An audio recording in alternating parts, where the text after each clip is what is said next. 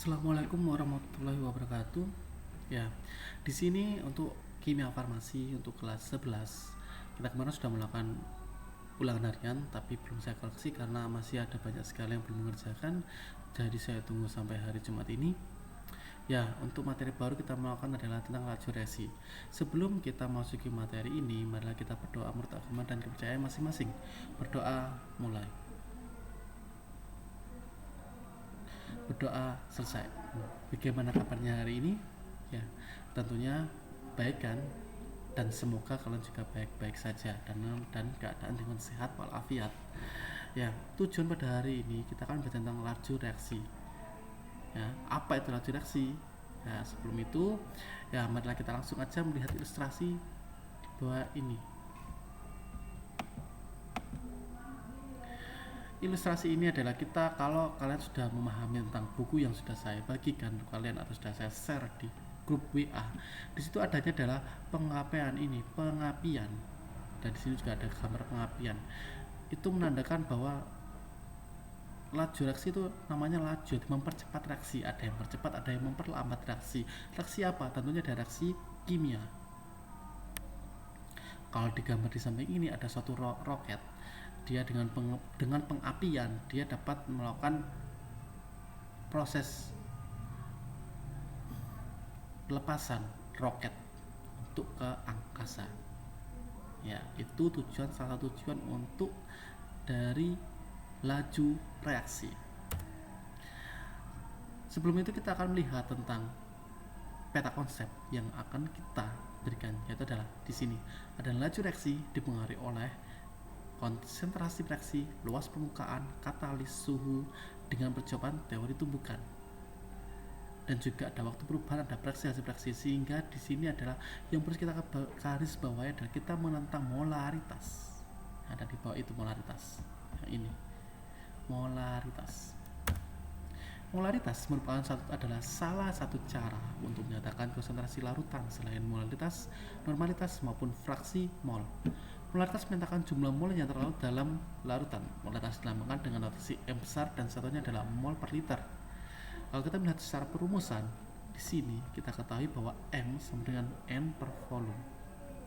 Atau kita bisa menguraikan bahwa M sama dengan N dikali 1000 per mililiter atau M sama dengan gram per ml kali 1000 per ml. Bedanya kalau di satunya di sini itu ada satunya liter. Kalau di sini satunya adalah mililiter.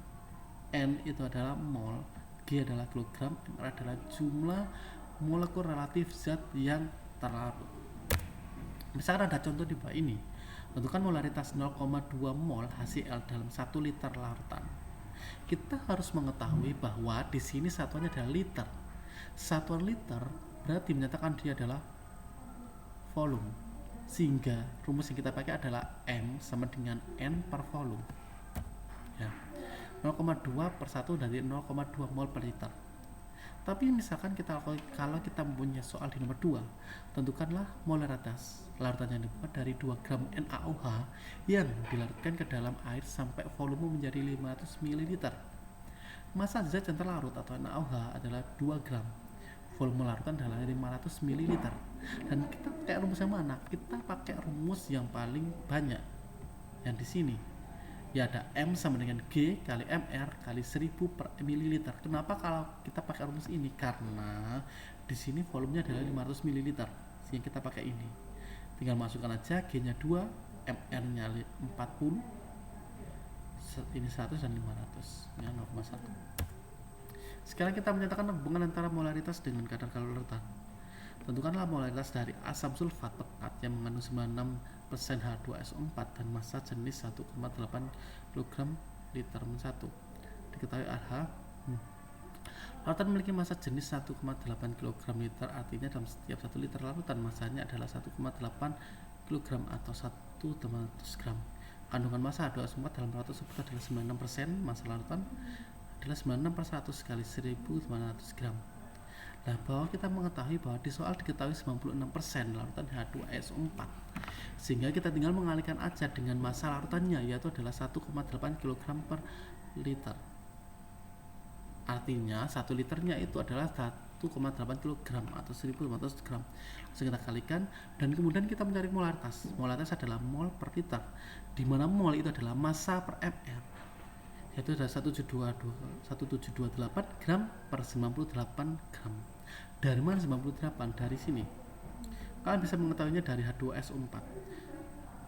Hanya dikalikan 2, 1 kalikan 2, S nya 32, O nya 16 kalikan 4, sehingga kalau di jumlah total ketemu 98. Kalau pengenceran aton adalah pengenceran yang membutuhkan air. Misalkan terlalu pekat, kita melakukan kayak sirup itu kan kita kasihkan air, namanya adalah pengenceran. Pengenceran menyebabkan volume dan molaritas lautan berubah, tapi jumlah mol lautan tidak berubah. Tentukan molaritas lautan jika 50 ml lautan H2SO4 2 ml ditambah dengan 150 ml air, sehingga temukan seperti ini. Dan di sini ada latihan soal untuk kalian semua, kerjakan ini nomor 1 dan 2 sepengetahuan kalian. Jadi salah pun nggak apa-apa, nanti akan saya buat refleksi di minggu depan, akan saya benarkan siapa yang paling benar ya. Dan tugas selanjutnya adalah tugas literasi merangkum materi halaman 90-98 di buku catatan.